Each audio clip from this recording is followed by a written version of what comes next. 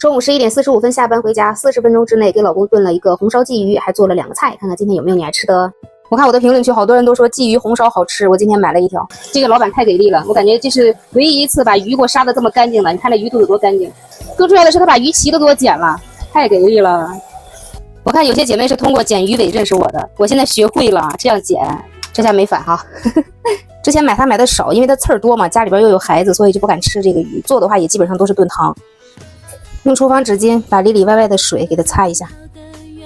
把鍋燒冒烟儿，先噴點油，把這2邊都給它烤一烤，再來點油，先煎魚尾。這個魚比較小，比較好把握一些。煎的過程當中，你就這麼來回的晃动你的鍋就行。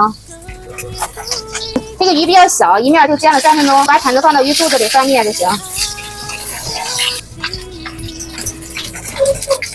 這邊也是動鍋不动魚，同樣的方法，2面都煎成這樣，盛出來備用。來吧，上豬油，蔥姜蒜1個八角，2个大辣椒，小火把它炒香，把魚放進來，加點花雕酒，加點陳醋。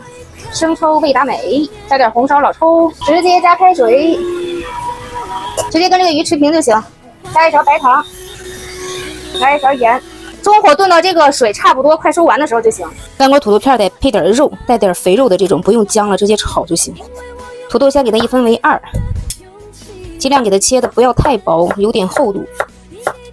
用清水給它頭洗個2到3遍，把這個澱粉給它往外洗一洗，這樣炒的時候更不容易粘鍋。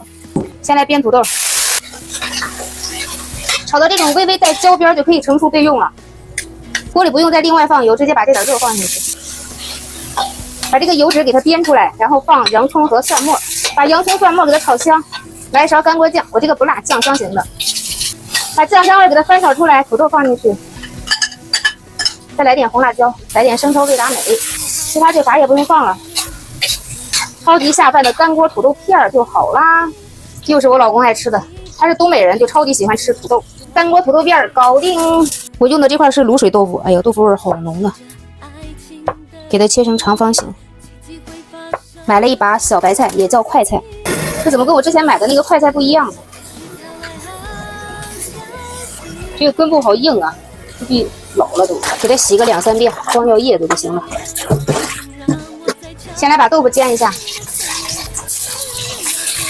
所有煎的東西下進去之後都不要着急去翻，你像這個豆腐的話，你怎麼着都得煎個1分鐘左右，你再去翻面。不用煎的時間特別久，兩面給它煎成這個顏色基本上就可以了。這個油有點多，把它盛出來一些。然後我們來上1勺豬油，加點蒜末，把青菜放進去。把這個青菜炒軟之後，豆腐放進來，調味加點鹽、味精、蠔油、生抽、味達美，滴點白糖提個鮮，稍微來一點點的清水，讓它倆的味道互相融合一下。碗裡加一點點的澱粉，再來點清水，來勾個芡。小時候我們家的青菜跟豆腐都是這麼做的，你們可以去試一下，非常好吃。豆腐炒青菜，好吃的嘞！這個時候咱的魚也好啦。